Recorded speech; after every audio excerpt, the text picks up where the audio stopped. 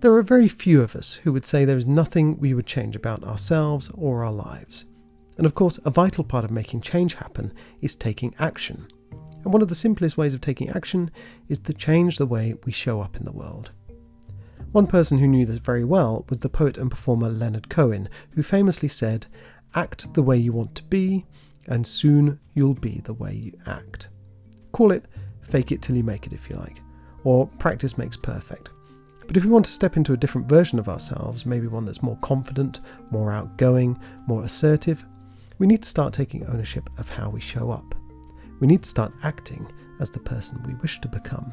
And soon we'll habitualise those traits and they will become a reality.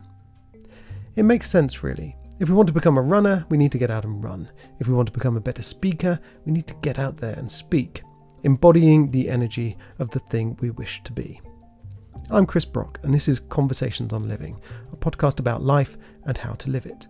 And if you're wondering why I'm a bit more enthusiastic, a bit more animated than normal, it's because I've been speaking with Amy Scruggs. Amy has spent her life either in front of an audience or in front of a lens, and from the age of 4 she was learning and performing music. For 15 years she worked with some of Nashville's greatest musicians, singing in stadiums and arenas, before turning her attention to the media, where she became a television presenter. She hosts Financing the American Dream on CNBC, and also works as a coach for professionals who want to become better speakers and presenters, because ultimately she knows that how you show up in the world has a big impact on how the world responds. If you want gravitas, respect, confidence, opportunities, if you want to overcome fear and seize life by the horns, and if you want to step into your potential, then think about the energy you bring to life, because often that energy gets reflected back at you. As a coach, Amy has helped scores of professionals discover this for themselves, and now she's sharing her wisdom with the rest of us in a new book called Lights, Camera, Action: Media Coaching for Any Professional in Today's Digital World. Amy sat down with me to share her story, her knowledge, and also her infectious enthusiasm. Before we get into our conversation, just a quick shout out to the guys at Headliner. Headliner is the tool I use to create audiograms that I use to promote this podcast. I'm sure you've seen them, social media sized graphics with moving waveforms and audio clips. They're a must-have for podcast marketing, and Headliner is the easiest and most powerful way to create them. Take a look at www.headliner.app. And while we're talking URLs, you can find more information about Amy at her website, www.amyscruggsmedia.com. And there are more episodes of this podcast at its own website, www.conversationsonliving.com. All these links, including the link to Amy's new book, will be in the show notes. And wherever you're listening, don't forget to rate, review, and subscribe to Conversations on Living. In this episode, you might hear my little girl in the background. I record these conversations at home, normally around the time she's going to bed, and sometimes she likes to make her voice heard, which seems rather apt considering today we're talking all about communication. So now, without any further ado, here's my conversation with the ebullient Amy Scruggs. So Amy, this is probably nothing you're unfamiliar with. You are used to being in the public eye quite a lot. And this goes back all the way to your childhood. You started with a music career that began, I think, at the age of 4 and kept you busy for many decades.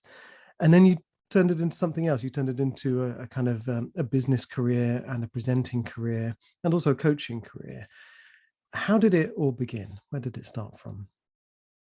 You know, it's interesting when you say doing music since I was 4, and I forget that part and how that was in the core of me to begin with. At 3 years old, I sat up at the piano bench and started playing the piano by ear, and the family discovered it and said, there might be something here. And the piano teacher wouldn't let me even start taking piano lessons till I was 5 because I had such tiny little hands, which I still do to this day. And it's amazing that I can play piano with these child hands that I never grew into. But there was an instinct there that I just knew that I loved music. And so my parents had me involved in children's choirs and church performances and audition groups and special performance groups that I did as a child. So that really honed in a comfort for me of always wanting to perform or be in front of the audience and just feeling that sense of fulfillment. I don't even think as a child it was about, oh, I love the applause. It was a sense of just, oh, this is where I belong. There's something so comfortable and in me this is what I'm supposed to do. And I knew it then. By 8 years old, I had my chance to have my first big, what I call my solo performance. And it was in front of about 8 or 10,000 people. Wow. And my mom was so nervous for me. And she thought, oh, she's going to be nervous. She's going to be nervous. And I just wasn't. And so then I just knew, okay, this is going to be okay. So that started that musical upbringing for me throughout school. And I always just stayed involved. Most of my classes in high school were music, speech, debate, talking English. And as I joke to this day, I was trying to tell them what I wanted to do. I wasn't going to be a doctor, a lawyer, or in business administration or anything. I was clearly showcasing that I wanted to be a speaker or performer and be in communications. And so that's really where it began. What do you think it is about being a communicator and being in front of people? You know, is there a need that fulfills, or a kind of a sense of validation or something like that? What do you get from that? There's always going to be the moment that you feel the validation, that you feel people connecting. But as I get older and I try to self-evaluate, was this ego? Was this just fulfillment? What is this? Even if I'm public speaking or performing now, there's that moment where I feel the audience connect with me, that there almost becomes a oneness. When I can start a song or start a speaking talk with either one of those, and I can see the audience go from just sitting there swiping and looking at their cell phone to, oh my gosh, what is she going to say next? Or what is she going to sing next? When I feel that moment happen, there's a magical connection. And then I know now I can take them on maybe an emotional connection. All right, now something's going to resonate. Maybe they're going to feel joy. They're going to feel a reminiscent. It's a song that they love. Maybe it's lyrics they connect to. Maybe it's insight that is going to help them have a better, more positive outcome. And even today, when I'm working with my private clients, there's a noticeable difference from the beginning of our session to the end, that their energy has changed, their face has changed. And we'll get into more of that. But I think that connection is really the root of what I enjoyed the most, that I think is what I sensed as a child, the connection to the audience, and what I still sense even more now, way developed into my career. That's really interesting, because I know that music, and you were a touring artist for quite a while. Music is a very emotive thing, and it connects with people on a very deep level. But then you pivoted into business. And do you find that there's still, you know, in public speaking, in you know, giving presentations? Because I mean, this is kind of what you do now. You're a mentor and a coach for people in terms of media and presentation skills. Is there that same connection? Can you capture people in the same way with speaking and presentation as you can with music? Because as I always share with somebody, it's not a message unless it's received, if it's not heard. And you can tell I might just say one sentence that's something that people go, oh, okay, I felt that. And it's the same as performing that one song or that one lyric that they felt the same thing. Because if I'm just talking to talk and just like, okay, look at me up here talking, and people aren't paying attention, it doesn't matter. I would rather say 5 sentences and know that it resonated. Know that somebody saw something in themselves in it, saw an area that they felt challenged or validated, whatever that may be. That's where that connection happens. And I believe that for me, it is very similar, whether I'm coaching or speaking or whether I'm performing music, that I think that continuity is the same. Because I mean, I've given talks before, and I remember one in particular. I spent many years as a photographer, and I was opening an exhibition of some of my photos, and I had a piece of paper in front of me with the speech that I was going to say. And it started to shake as I started to shake. And but I mean, you seem very well. Obviously, you're very comfortable in front of a large audience, and you don't get that kind of same physical reaction. But is there something that you need to have in order to be able to do this kind of thing already, or is it something you can learn? How does it work? There's definitely an element that I was born with something that I have in there that allows me to do that, no question. But in working with a lot of professionals, and some that were so on the other side of, no, there's no way, I can never do that. I won't be in front of an audience. And I've seen some success. I've experienced with a couple months working together to see a success. I had a client that was absolutely not ever going to speak in front of colleagues. And 4 months later was in front of distinguished industry peers and community leaders of about 500, and he did it. So I believe that it can be learned, that there are some things that you can do, some mental exercises. Peace is such a huge thing. When you find that inner peace, and one of the things that I like to share about is kind of leaving it at the door. A lot of that anxiety that will come in right before somebody speaks, or like you're saying, the piece of paper that's shaking because you're thinking about so many things at one time. And when you kind of clear that noise, and for myself, I'll still get the nerves, especially when I sing in a stadium. When I know I'm about to go sing our national anthem here in the US at a stadiums, there might be 30, 40,000 people there. And a lot of times I have veterans standing there with me, or a color guard, or law enforcement, first responders. There's a reverence there that I take very seriously. I don't take for granted, okay, I'm going to be able to just do this like I always do. I have to know, okay, something could go wrong.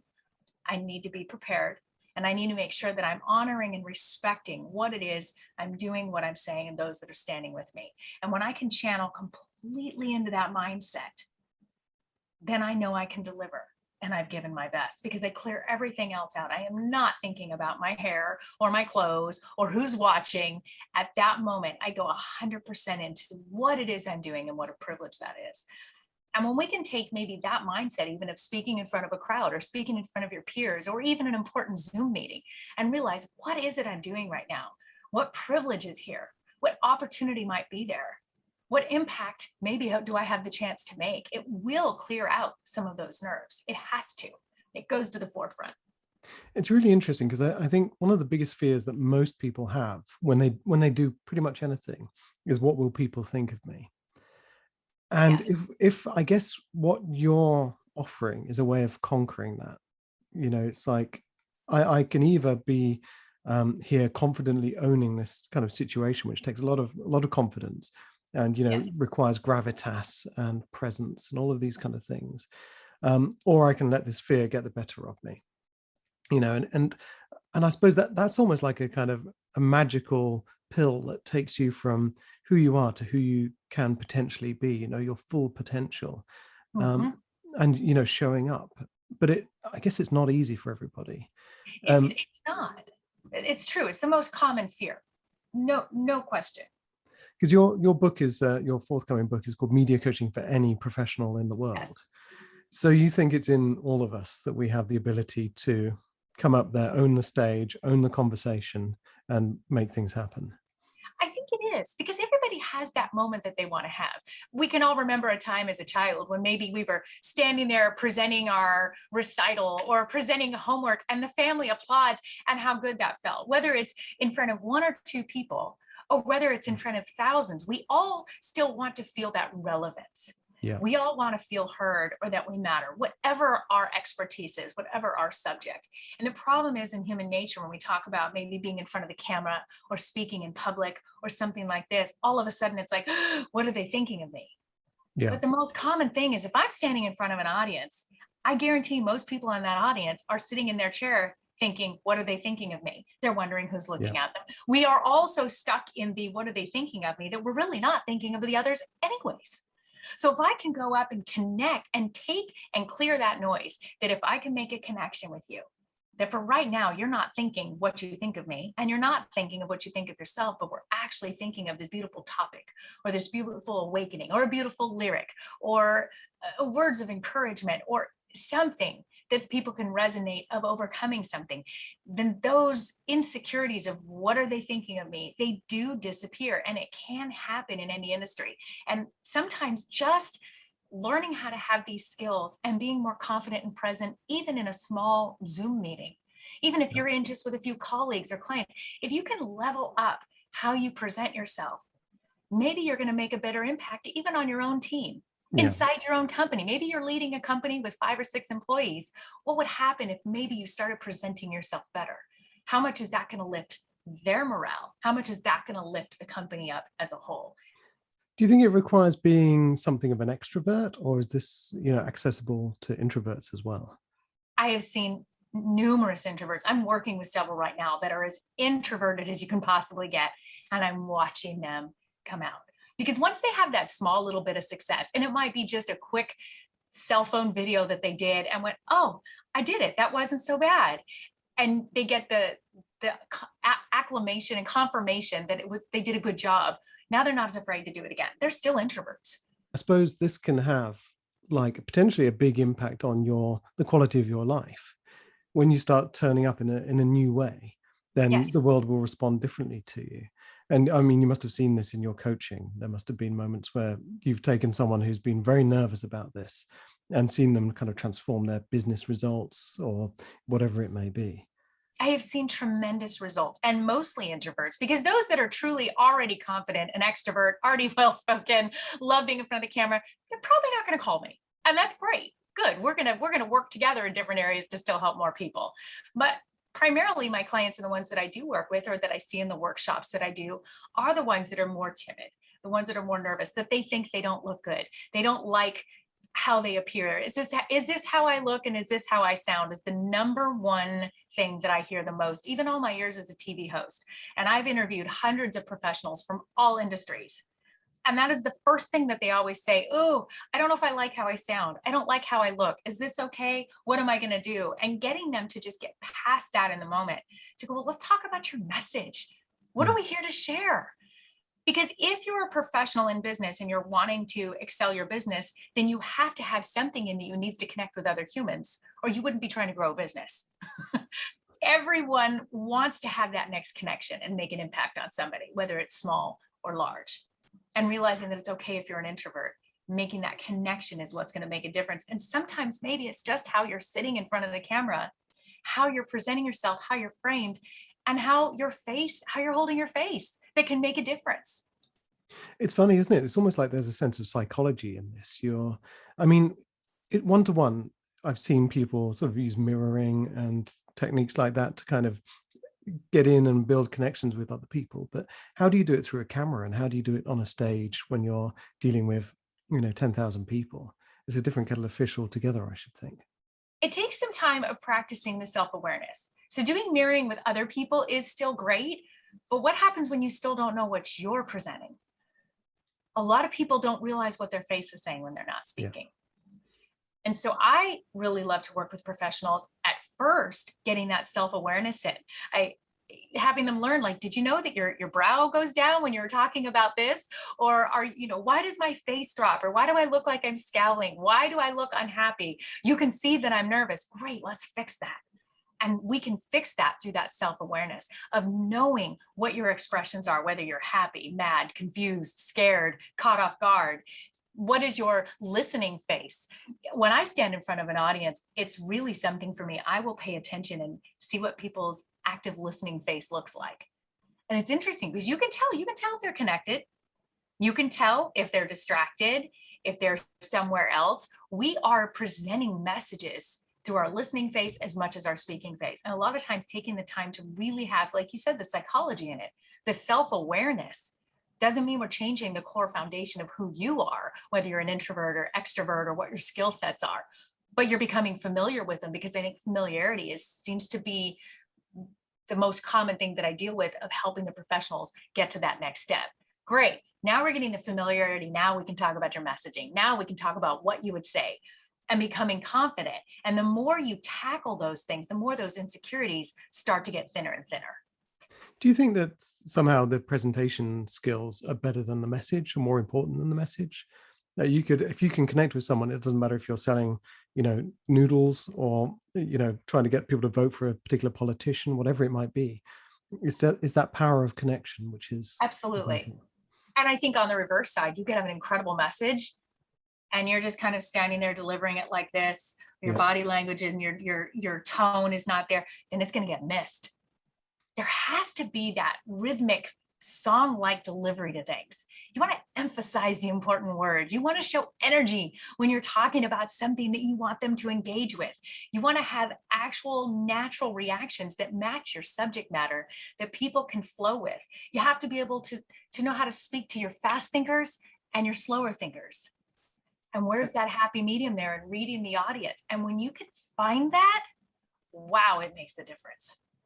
It's really fascinating. Someone once told me about, I think they called it the Bill Clinton sphere of influence or something like this. And I don't know, whatever your politics are, Bill Clinton, he seems like a kind of low energy kind of guy, as Trump might say. But he he has this ability to connect with people. And I said, I don't know what you're talking about when someone told me about this. And so I went online, I watched a talk that Bill Clinton was giving with a TV studio audience, and people were asking him questions. And when he was answering, he was capturing that person. So he was directly speaking to that individual person who'd asked him the question, and he had them. It's almost like a fisherman had caught that fish, and he was speaking directly to that person. And I guess when you're talking on television, you might be speaking to, many thousands of people, but really you're just speaking to one person at a time, aren't you? That's it. Behind the camera. You're speaking to the one person.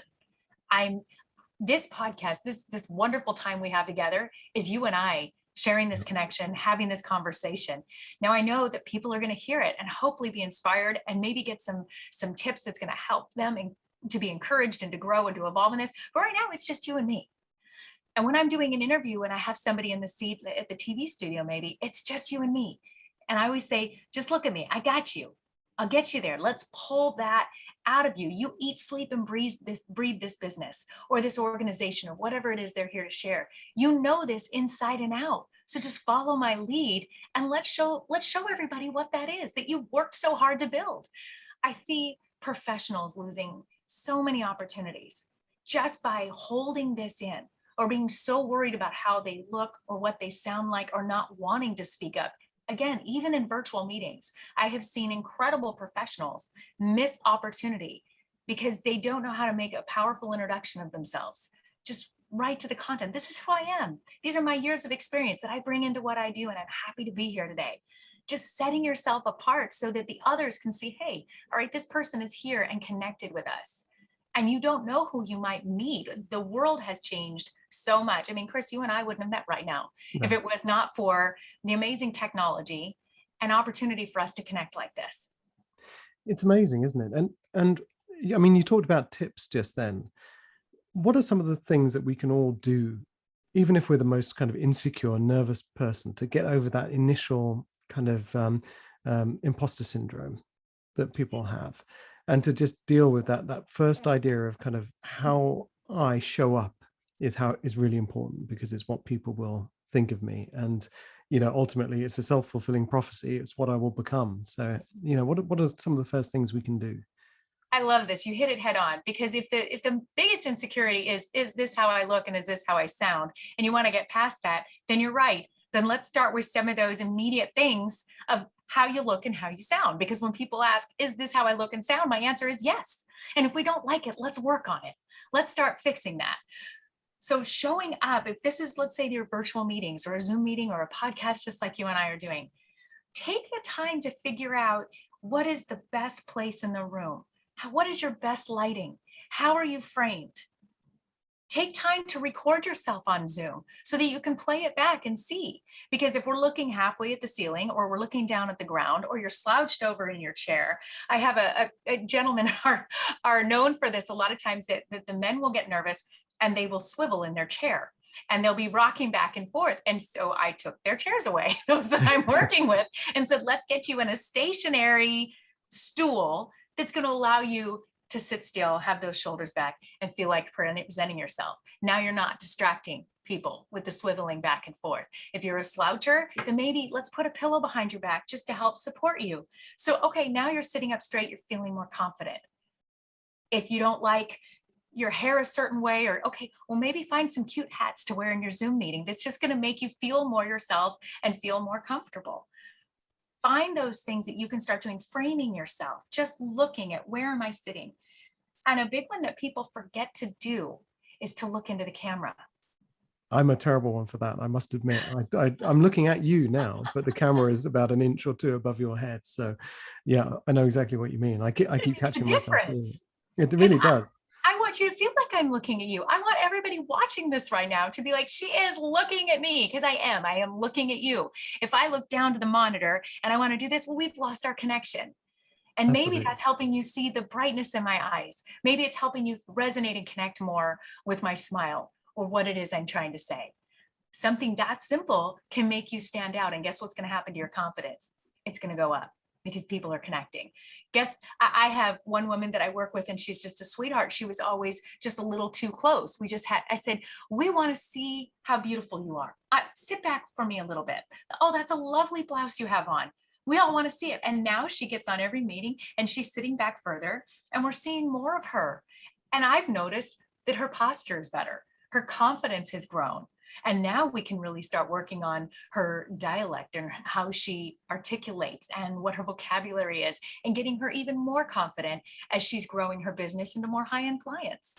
So a lot of times these little things can help us get to those next steps.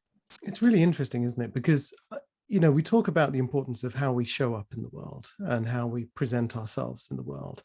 And a lot of times it's very easy to kind of just go for the easy option, just sling on a t-shirt. I mean, I do this in the office. I sling on a t-shirt. I don't even look in the mirror before I leave the house half the time.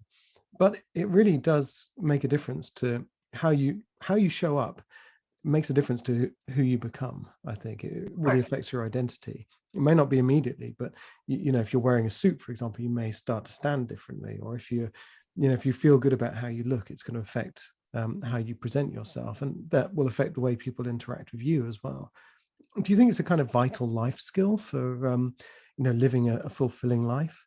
I do believe so, because as humans, we all want to connect with other people. We all want to feel heard and validated. We all like to have those moments that we feel important. We don't want to just be slouched over on the sofa our entire life. We're not wired for that. We're wired to accomplish. We're wired to have a self-purpose and have our talents be used in whatever field that is. And innately, that's how we're wired. And I tell the professionals that I work with, you wouldn't drive to an office. You have an important meeting. You're meeting colleagues you've been wanting to meet for a while. You have an important interview, whatever it is. You wouldn't walk into that office still tucking in your shirt while you walk in.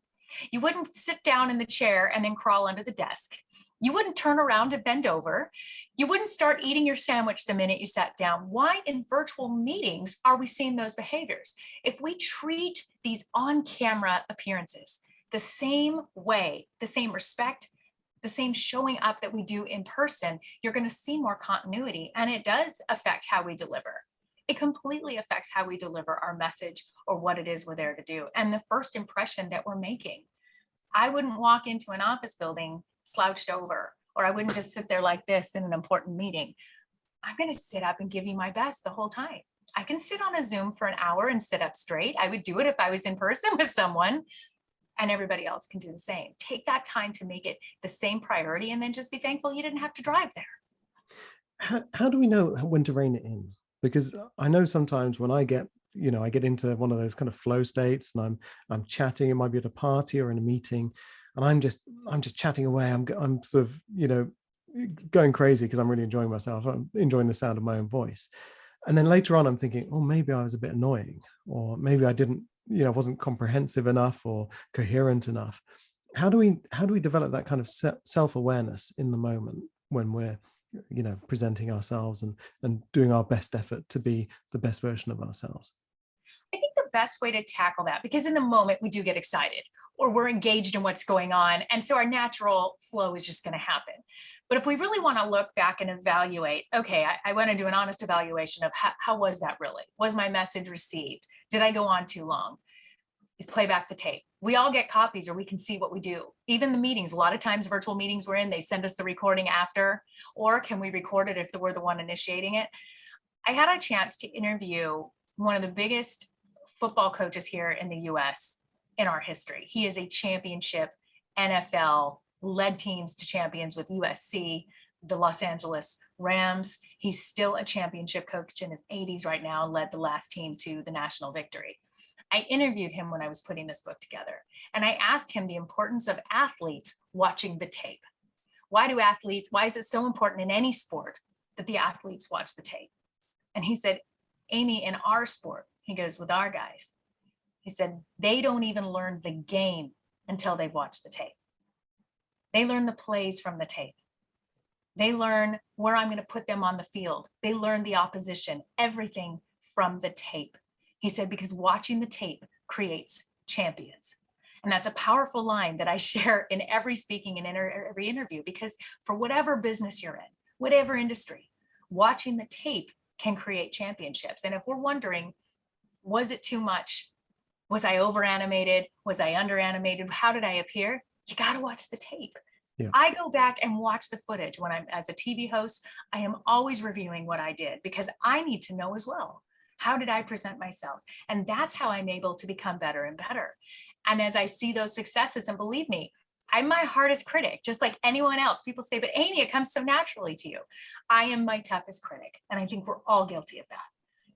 But if I can look at it and do constructive criticism and honest evaluation and go, okay, well, then how can I grow from that? All right, what did I like? It's also just as important to find the things you like. Hey, I liked when I said that. I liked that. I liked my framing there, because that's going to create that positive reinforcement in our own brain to keep doing those things as well. I think it takes a bit of courage, especially if you're an introvert and you're just stepping into this, to, you're going up there, your hands are shaking, the paper's flapping about all over the place, to then watch that back later and then go, oh my God, I was so nervous. This is awful. Oh, I never want to do this again. How do we find the courage to actually get up and do it again, and to do it again, and to keep working on those faults, because at first it's going to be quite painful. Mm-hmm. It is painful. It's extremely painful. But here's the thing. You ask yourself, what is the likelihood that I'm going to have to do this again? What are the chances in today's virtual world that I'm going to be put onto another platform like this, that I'm going to be asked to speak up at another meeting, whether I want to or not, that I'm going to have opportunities that maybe I don't want to miss, and maybe now's the time for me to be prepared? Because the likelihood that you're going to be on camera again, to some degree, is huge. Yeah. Even if it's just capturing your own marketing through your cell phone, or posting a wonderful weekend you just had with your family and you want to share that video because you want your Aunt Susie to see it, but now you're so insecure that you don't like how you look, you're not going to post it. It's going to happen. You're going to be on camera because that's our world today. So let's take this time now to brush up together. Lean on other people that you trust to say, hey, will you review this with me? Will you give me an honest feedback? Do a practice Zoom with people you're close to, so you can get comfortable with each other. That way you're ready to take it out for the one that you're with people you haven't met yet. Is there a danger, you think, about, or a danger of, if forcing ourselves to become people we're not? If we feel like being a quiet introvert who speaks quietly is kind of who we are, and then we're kind of training ourselves to become this kind of more outgoing, more confident, standing up straight, presenting ourselves in a much stronger way. Is that an authentic voice that we're developing? Is that really us, or is it just a new us, a kind of better us? I think I would never say it's creating somebody to be what they're not. I think it's just finally being comfortable to show who you are. If somebody's an introvert, can't even say the word today, or if they're more quiet, great, but show me that. Take the fear out of saying just, I'm not going to do it. I think everybody should be who they are. I hope that who you see of me today, if when I hang this up and I'm go be with my other colleagues or my family, I am the same person. I am not a different person in these interviews or on anything that I do than I am up close and personal. This is just Amy, and it's all Amy, and that's who it is. If you're already a quiet person, then that's okay. You're probably going to still end up being on camera or in some kind of a meeting, but be that person and then show that best person. It's okay to sit up straight and still be an introvert. It's okay to show your best self, just as if you were going to a friend's party, you would still put on your best dress and you would show up, and you may only talk to one or two people in the room and not be the one talking to everybody, but it's still you. Bring that best you of whoever it is into these circumstances and situations. This kind of requirement of the modern world that we all be in front of people or on camera at some point, even if we really don't want to be. Do you think it's ultimately going to build a kind of more confident society in a way, a more confident culture of people who are not afraid to kind of step up and be seen? I think what's happening is more of a common familiarity. It's not the unusual anymore. Oh my gosh, I was on camera this week. I mean, think 20 years ago, if you were going to do a podcast or a TV interview, that'd be a big deal. You'd probably throw a block party. I got a TV interview. But now there's we've desensitized to it a little bit. Of course, I was on a camera somewhere. Of course, you were on a podcast. No matter who you are, there's, I think, an acceptance that this is the norm, which I think is starting to minimize some of the fear a little bit. because you're seeing that colleagues or friends who are also insecure, who are also not comfortable, okay, they're doing it too. It's not just for the celebrities anymore. I suppose there's a sense of like all this fear I've got. At some point, I'm just going to have to let this go and just bite the bullet. It might be uncomfortable, it might be painful, but I'm just going to have to step up and step into the light, if you like, and be seen, for whatever reason it is, whatever I believe in or whatever I'm doing, whether it's for work or whether it's something I'm passionate about. And talking of which, you work with veterans, don't you? You have another passion project. You do a lot of charity work. I have over the years. Yes, I have spent a lot of time working with our veteran community over the years. And from 2009 to about 2012, I was the spokesperson for the American veterans for the whole state of California here. And it started organic with just my passion to go out and say thank you to our heroes. And my dad always raised me to be respectful of our servicemen and women and to always say thank you. And I started taking my children over to our USO office when they were younger, and we started just volunteering. And it was in that time that they kind of found out who I was as a recording artist and a singer. I didn't sing anything. And then they started putting me out there to sing the national anthem and start doing concerts for our servicemen and women. And then that organically grew from there. It was a very organic mission that took place of me just one relationship at a time, getting to know the different units that we had in Southern California, going out to the veterans posts and just saying thank you, giving them, acoustic concerts and just becoming involved. And my phone still rings. I definitely love the fact that through that, I met some amazing people that run incredible nonprofits for serving our veterans in our military community. And I had the privilege of hosting a TV show here in San Diego for a couple of years for that and bringing in a lot of those relationships that I had met over the last 14, 15 years and bringing them on and getting to tell their story. What I love is taking my experience of working with the veterans and military, my opportunity that I have as a TV host or as a communicator, and saying, guess what? I get to help spread your message and share your story. And maybe sometimes it's just connecting them with local press and saying, let's get the cameras out there to your organization and make sure that the community knows what you guys are doing to serve our heroes. And I really enjoy kind of being the connector with that. And I know that that's the role that I play. And I really do value it. And I still get to sing the anthem. Well, that's an extra bonus as well. Yes. Do you think having something you're passionate about makes you a better communicator when the topic you're talking about is something that's so close to your heart? Is it a little bit akin to singing a song that lights you up? Is it that kind of thing? Completely. And I'm wired that I can be passionate. I'm passionate about everything that I do. I'm passionate about my family. I'm passionate about my clients and my communications coaching. I'm passionate when I'm sitting down in the studio and I'm getting to host and do what I love. I'm passionate when I'm performing. I'm passionate when I'm working with the veterans. And so for me, I try to take this sense of just gratefulness and privilege with everything that I get to do. And I don't see it as all these different compartments. I just see it as who I am. I'm doing this today. I'm so excited about it. I'm doing this today. I had a lovely weekend this weekend with my husband and my daughter and one of her friends. And I was just passionate about being in that moment, watching them enjoy what we got to do. No different than be excited and passionate about being on this podcast with you today and getting to talk about this. And I think, especially for business professionals, if they are in the industry that they love, whatever it is they've chosen to do, finding that passion and remembering, why did I join this? And if you're not passionate about what you're doing, it's time to make that shift. Maybe doesn't mean you completely change industries, but maybe there's just a small shift so that what you love can go into a new channel of it and you can become passionate. I think we all want that at the end of the day. It's really interesting. I heard I read an article about a guy who runs a very popular podcast, and he was not getting as many kind of downloads or listens or whatever it was. And so he turned to some of the kind of more seasoned presenters, and one of them was Neil deGrasse Tyson.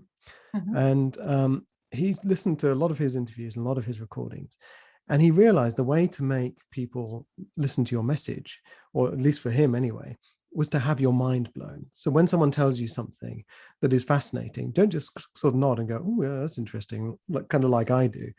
But, have your mind blown. Just be like, wow, this is amazing. This, like, I'd never thought of that before. And just bring that kind of energy to it. And I get a lot of that from you as well, as this kind of, you talk about passion, this energy that you bring to it. And I've seen it in lots of other successful TV presenters as well. I mean, can you still bring a lot of energy but be more subdued and be a bit more kind of calm and in your delivery, a bit more kind of soothing, if you like, or does it have to be up here, sort of high Oh, you energy? absolutely can. I mean, believe it or not, this is me subdued. I'm duct taped myself to the chair because if we were on a stage or somewhere else, I'm a lot larger. There's ways just with how you hold your eyes. Yeah. Sometimes it's just with the smile. Sometimes it's just how you move your shoulders that can show an engagement or an enthusiasm or a response that says, yeah, I'm here with you. It doesn't have to be that you're always large or big or more animated. Not everybody is that way. That's what I love about the variety that we all have. Every one of us are created and wired differently. But in there, your way of showing passion is still there. There's still something that you may do. You may be somebody that just kind of tilts your head a certain way or gives a certain grin, or maybe somebody who has dimples, their dimples pop out and they appear. There are so many amazing features in our faces that can show we're engaged, that can show response or reaction or passion without having to jump out of our seats. You talked before about how when you finish you get off set, the camera switches off and you go and meet your friends, and or you go and spend time with your family or whatever it is, you're the same person. That energy is still there. How do we get over that kind of when the Zoom call finishes and the camera switches off? How do we stop ourselves from just going, oh, thank God that's over, and just kind of reverting back to this kind of more less kind of enthusiastic person, and carry it with us day to day? How can we take it with us? Well, if you're in a Zoom call and you're like, whew, thank God it's over, we need to be looking at what Zoom calls you're in.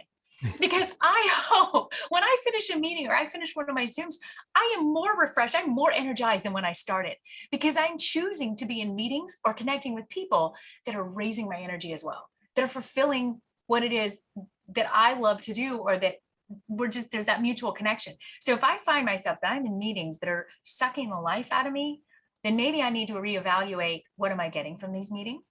Maybe am I not engaging? Maybe I'm not even being a good active listener, because there might have been some golden nuggets in there that if I had paid attention to, I could have gotten some new tools in my tool belt today. And then guess what happens when you hang up? You're like, oh, wow, I really got something from that today.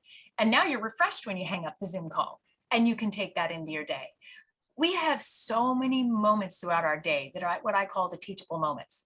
Something that it could be a moment of peace that you just go, oh, thank you for this quiet moment right now. It could be the rain outside the window. It could be an important phone call that came in that maybe you weren't expecting. And when we can take these little moments and continually create where we stay at all day, then it can keep rising and not dropping. And so I think there's a lot of self-evaluation that could take place. If we're so drained at the end of each meeting, then we need to really take a look at, are these meetings I should be in, or am I not engaging in the meetings properly? If I'm the person in a virtual meeting and I'm slumped over in the corner and I'm eating my sandwich and I'm not really paying attention to anybody, most likely I'm going to feel pretty bored at the end of that. But what if I listened and heard a professional that was like, wow, they're interesting. I have reached out and introduced myself to people that I see speaking in Zoom meetings, and then meet them offline afterwards and make new connections, because I think that person's really interesting. I bet I could learn something from them and set up a separate phone call. That might be something that I want to plug into. I want to learn more about what it is that they do. And all of a sudden my energy is up. It's really interesting because you talk about Zoom meetings, and your book is about media coaching and about being comfortable in front of the camera and that kind of thing. But it feels like there's a bit of a life philosophy coming through here. And I often say that the energy, and it's not unique to me. I've heard it many times from other kind of or more wise people than me. But you often hear people saying the energy you give out into the world is the energy that comes back to you. Yes. And the easiest way to think about that is if you smile throughout your day, smile at the people you meet, sometimes someone's going to smile back at you, and it's that kind of thing. I mean, do you find, like, in real terms, that by upping your energy and by taking that enthusiasm out into the world, that life comes to meet you at the same time? It comes to say, oh, you're enthusiastic, let's give you some opportunities, give you something to get enthusiastic about, almost. It completely works. Yeah. It completely works. And you're right. I wrote the book on helping people become more confident on camera, but we're also not robots. So in that has to be the human spirit. In that has to be the part of you that needs to come out so that you can be passionate about your message or what it is you're there to do.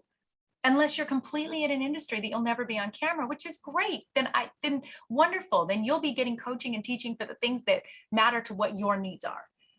But speaking to those professionals are like, hey, we really do need to be in more meetings on camera. We do really want to do more podcasts, or maybe for those that want to get on network news and they're ready to start being an expert in their field. I mentioned a quote by Leonard Cohen before we started the podcast, and it was act the way you want to be, and soon you'll be the way you act. And is there an opportunity to transform ourselves through this, by getting more confident in front of the camera and being a kind of the version of ourselves that we would like to be? Is there a chance that we can actually become those people? Completely. Because when you finally see something that plays back and you go, hey, I liked that one, guess what that's going to do to your mindset? You're going to be less afraid to do it again. I have a lot of clients say, okay, well, I'm starting to work on taking my own videos with my phone, and I did 15 takes. And I go, no, I guarantee by take 3, you were exhausted. I don't want you doing 15 takes. We're going to do 2. And you're going to start getting comfortable with those 2. You're going to take 2 and toss 1. And then that positive making you choose one. And now you become to love that one. If you got to look at 15 takes of something, you've lost. But let's look at these 2. Now your brain says, oh, success. I get to pick one. One of these is better than the other. Success. Now, next time, oh, success. Pretty soon you have a library of content, whether it be through your meetings that you've watched the tape back or through your own recordings. And you're going, hey, I'm getting the hang of this. This is getting easier. And what happens when something gets easier? We're more likely to do it. No different than if you start a workout routine and you start lifting, your arms are going to be sore for a few days. You're going to say, I'm never touching that weight again. I'm never doing a sit-up again. This hurts too much. But then what happens when you start to build that resistance and you start to get stronger? You start to enjoy it. You're seeing the results. It's the same thing. Absolutely. And I suppose we all have certain things about us that we'd like to change, whether that's being more confident, maybe it's just being a stronger speaker, maybe it's even just small idiosyncrasies that we're trying to kind of iron out. And this is a kind of good philosophy, I suppose, for just self-improvement in general, really, not just about speaking in front of cameras, but just about kind of showing up in the world as we would like to be and as we'd like to be seen as well. Yes. And whether you're an extrovert or an introvert, and you've got a message, whether you're introducing yourself in your business somewhere, whether you're just doing a small talk, whether it's just a one-on-one meeting, what is this going to be today? What is my message?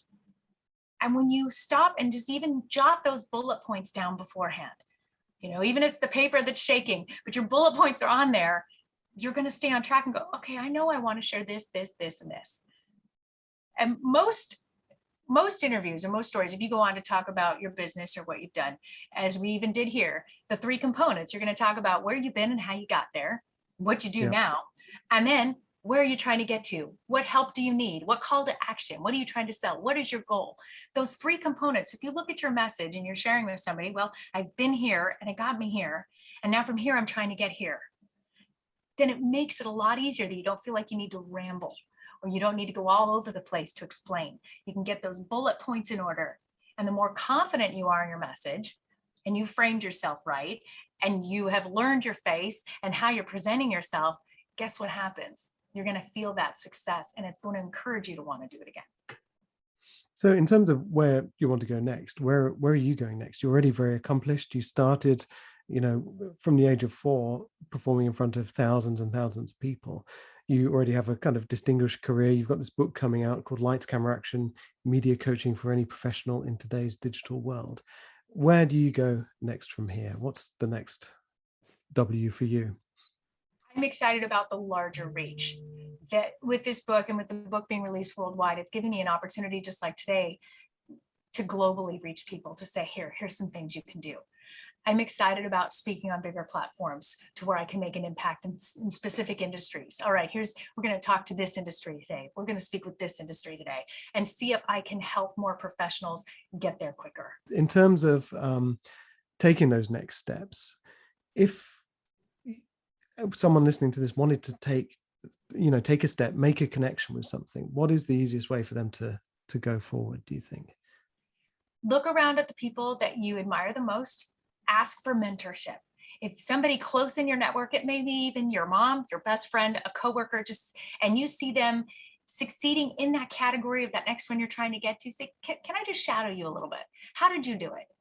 Or maybe just self-serve and start finding podcasts like this where you can listen to, you've got great speakers that you've already had on your show. Maybe go back and review some of those and start taking some tips of what they've done to create their success path. I don't ever believe that I'm here at this success path now. It's constantly a journey in motion. My years of business development and in business, my years of touring as an artist, they're a lot of hard years. I've paid a lot of dues to sit here and say, oh, okay, this is why I'm passionate. This is how I get it. And through my speaking or through the book, or even this album coming out, if I reach just one person that says, wow, thank you, I got it. And now maybe they refer that information and now they're impacting somebody else, then I've done my job. Do I feel that it's about to reach a larger audience even than I've had before? Yes. And I'm excited about that because I do know that all the dues that I paid and the hard work that I put in, especially a woman in the industry I've been in, pushing that stone uphill, if I can be a voice for other women to also say, it's okay to make these small shifts because they're going to lead to the big steps. Sometimes a small decision will get you further down the road than you realized. And it's just making those bold decisions to say, okay, today I'm just going to try this. Because you have nothing to lose. I had nothing to lose by putting all this out there. Nothing. I'd just be where I was before and that was okay. But what if I start getting yeses? You've taken some big career moves. You've kind of went from music to presenting. You're still a musician though, aren't you? You've got this album coming out. What's coming with that? Tell me a bit more about that and why you're doing it as well. Right, because I am a little crazy wanting to do the dual release, but because the passion is there. Amy, the artist, and as a performer, that's always there. And sometimes we get stuck there. Well, I'm in this lane right now, and that's the only time I can do that. Well, I haven't released a new project in 10 years. Why not? Why not now? And I got the yeses. I had one of the most amazing producers in music history say yes. So why would I not do that? I get to go fly to Nashville and be in one of the greatest studios that you could ever dream of and do a 5-song EP and say, why not? And why not release this the same time as the book? Why not? What a blast that is to take both of the things that have created this career that I have and put it out there. And like, who gets to do that? I'm 48 years old and I love it and I'm proud of it and it's fabulous. And I don't ever want my kids to think that life stopped at 35, that whatever career I was on and wherever it was then, that's it. I'm constantly evolving and taking those big risks because the reward has been beautiful. And it doesn't mean there hasn't been a lot of flops. I just take those as tools that went in to get me to these. When you do a project like this, when you release a book or you release a new album, is there a kind of sense of liberation? Like it's almost like you're taking off a tight hat or setting off a kind of a dove into the air, if you like. Is there a sense of release that comes with it? Completely. And I have to say, even when I was standing in the studio in the midst of the recording, I got emotional and I went, I almost missed this. Because maybe if I had let fear soak in and say, well, it's too late. You don't need to do this now. I almost second guessed myself of doing the project. And at that moment, it was about the incredible magic taking place with these unbelievable musicians. It wasn't about the end result of who's going to hear the project, but that I almost robbed myself of the beauty of this moment. That's those bucket list moments that you dream of your whole life. I got that moment. And I almost missed this because I may have almost self-sabotaged. And I'm so thankful that I didn't. And we can look at so many moments in our life, whether it's just having the boldness to be on a podcast and get in front of that camera for the first time. And you can look back and say, wow, I almost missed that. I almost let fear stop me from a beautiful moment where now I connected with somebody new that's now in my database. I made an impact. Somebody was resonated to what I shared or what my journey is. And then you get to have those moments and you can go from moment to moment and have a more passionate and more fulfilled life because of it. Do you ever get afraid? Have you ever let fear stop you? Every morning. And then I fire myself somewhere around noon. And then I rehire myself by 1 o'clock and I kick back into gear. Absolutely. I'm human. I get that fear. I mean, especially with these projects going out there in a big way, it's like, whew, what if no one reads it? What if no one listens? And then I go, but it's okay. Because at the end of the day, I tried and I put it out there and I'm proud of what I did. And that has to be enough and that has to be okay. And I talk myself out of that fear because again, I don't want to miss the next blessing. I don't know what's ahead next year, but I realized I don't want to miss it. So I'm going to push past this fear today so that I don't miss that. How do you do that? Are there any techniques you use? Because I often wake up and I feel like, just what is the point? And, it's going nowhere. And then sometimes I do exercise or I do meditation or something like that, and Yes. that will kick me out of it. Do you have any particular techniques for kind The of meditation, engaging with the day? the meditation completely. And then really the training of when I first wake up, before I have any other thought, to go, I am grateful, I'm accountable, have forgiveness, I have acceptance. And I'm just thankful for whatever is today, for whatever was yesterday, even if it was hard. And putting on that mindset of I'm grateful and blessed. I'm gonna go see what today holds. And I definitely go through the peaks of the anxiety or the fear. Is all of this is releasing? If I miss something, did I miss something in licensing? And are we dropping the ball? And is something falling through the cracks because I'm juggling so much? And then at the end of the day, I go, did I do the best I could? And then I let that fear go. Do you think there's a sense of kind of, I don't want to use the phrase control freak, but I suffer from this myself. It's like I often work with plenty of other people, but I need to know what they're all doing to make sure that, because I know how forgetful I am. So I worry that other people are going to be forgetful too. So I need to make sure I know exactly what's going on. And then it becomes a little bit overwhelming sometimes. It's like I'm trying to do 5 people's jobs, even though Right. they're all doing those jobs well themselves. At what point do you say, well, hang on, I'm going to let go now and, stop being anxious and just kind of say, I have confidence that it's going to work out okay? When I start feeling that come on, because I've got 25 notebooks sitting here with all the lists, and yes, what I should do, what everybody else should do, I actually stop and go, okay, I'm going to sit on this for an hour, have peace with it. Because a lot of times we'll do a knee jerk reaction. Oh, I better check on that. And what I'll do is I'll put it down on the list and step away for an hour and then see if A, it's already resolved itself. B, if maybe it's not as important as I thought it was, or maybe it can wait another day, and then send the email or the follow-up and give people that opportunity to do what they say they're going to do. And I'm actually more peaceful now because of it, releasing some things, because I've always run the ship and now we've outsourced and I have a lot more help, and allowing them to do what they're going to do and then finding the peace. Because if I can find the joy in what, if they're helping me and they're doing a great job, guess what space that freed up?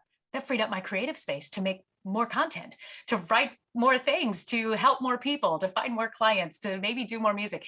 I got to be thankful for the free space of what they're doing. But if I micromanage what they're doing, then I haven't accomplished anything of providing myself more free space.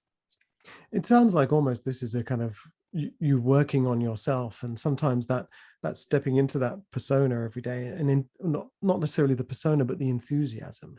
And Yes. even if you're waking up and you're thinking, oh no, not today, and you're saying, hang on a minute, no, I'm not going to have that. I'm going to be enthusiastic. I'm going to be grateful. I'm going to be passionate about what I do. It's almost like a kind of a practice, if you like. It's almost like therapy, maybe. I don't know, or maybe not therapy, but progression, growth. It's that kind of thing. Oh, and it becomes a new lifestyle. No Yeah. different than if you decide you're going to get up and start jogging every morning. After about 6 weeks, you're really not going to think about getting up and jogging. You're just going to get up and jog, because Yeah. now it's become this habit.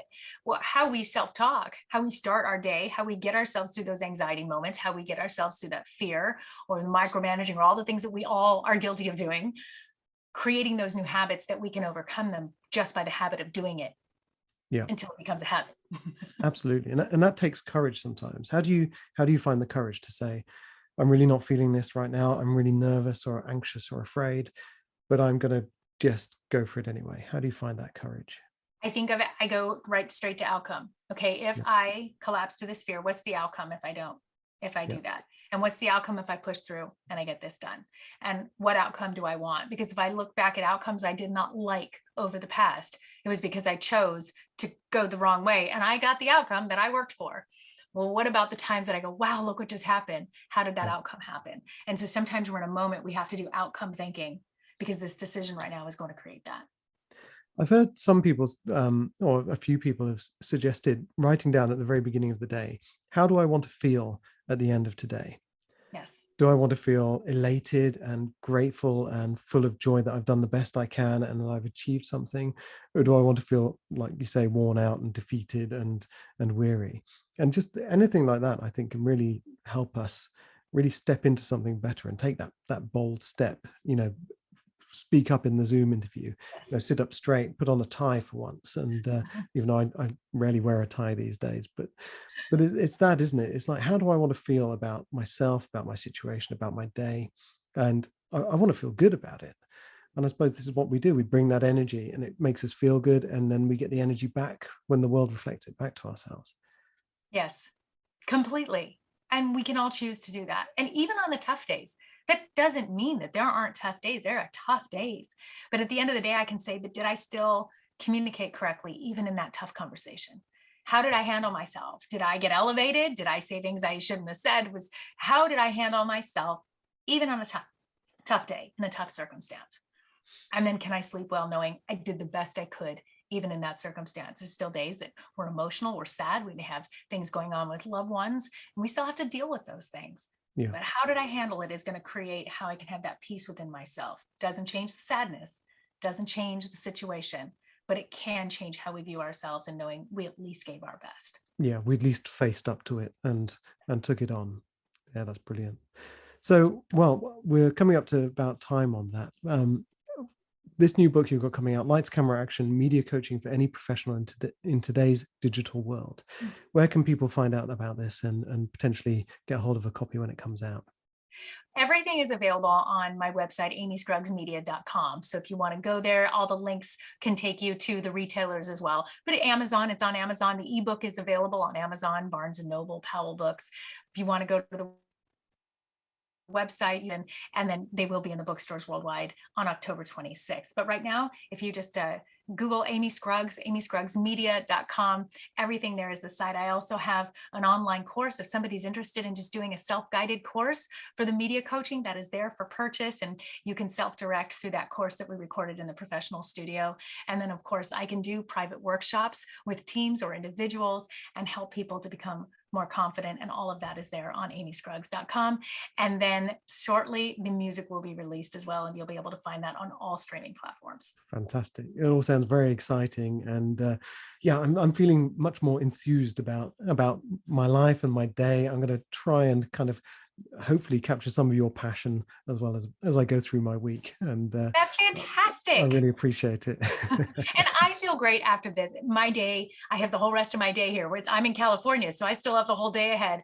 And I feel fabulous. This meeting was uplifting and inspiring. And I hope that everybody that watches this feels that way as well. And I thank you so much for agreeing to have me on this incredible platform today, Chris. Well, I really appreciate your time. And yeah, I think there's a lot to be taken away from this. So I'm very grateful for that. So thank you ever so much.